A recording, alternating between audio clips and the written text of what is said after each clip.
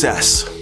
Success is a word that we all want. We don't even know what it means and we want it, right? We want our children's education to be successful. We want our marriages to be successful. We want our parenting. We want our careers. What is success? So if you look at Torah, you almost never see Hashem say, you're successful. You're always growing. You have the greatest people in the world. Hashem doesn't stop and go, here's an A, here's your diploma, here's your graduate. Are you kidding me?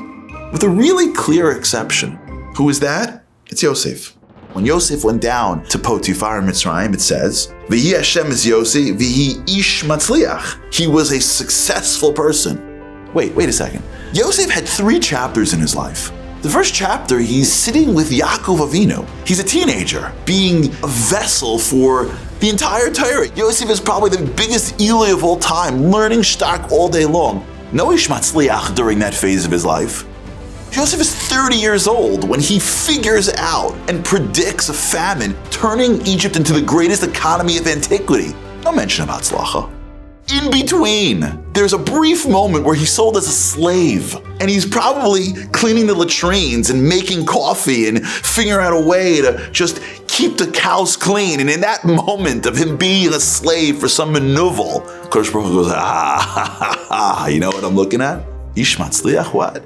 So Mordechai Kames tells me the following word. Listen to this. Imagine for a second being Yosef Atzadik. A minute ago, you were learning by the feet of Yaakov, and he tells you to go to your own brothers. You're not a POW in a war. This is your family. And the family takes you and sells you basically to death.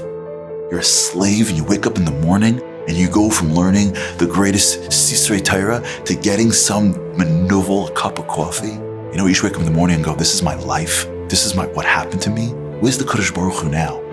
The next pasuk says, Vayar Adonov ki Hashem ito. You know what it means, Rashi says? Shem Shemayim Shogu B'thiv. Yosef woke up in the morning and he said, Chazde Hashem. Are you okay? Baruch Hashem, doing great.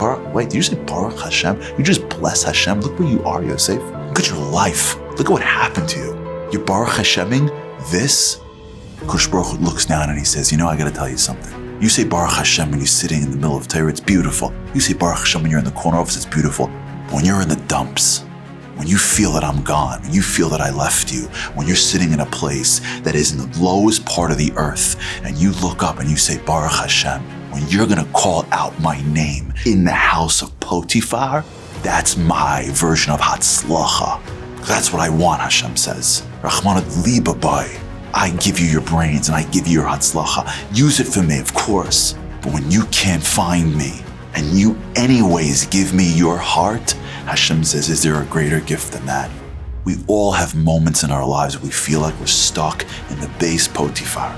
It's at that moment that we thank the Kodesh Baruch Hu, that we give the Kodesh Baruch Hu the Baruch Hashem. It's at that moment that we search for Hashem and appreciate and thank Hashem. Because if you can hand Hashem your heart when you feel like you're in the depths, for the Kodesh Baruch Hu, that's true Hatzlacha.